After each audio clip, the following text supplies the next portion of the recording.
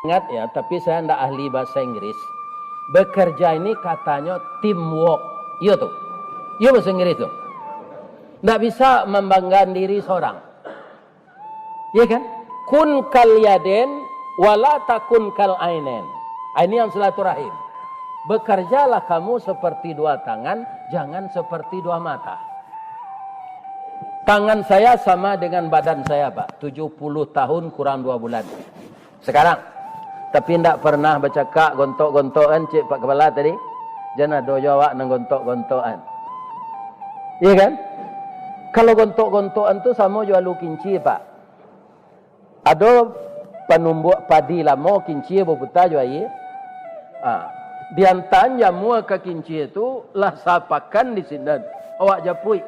Allah jadi bareh, Pak. Alul lena.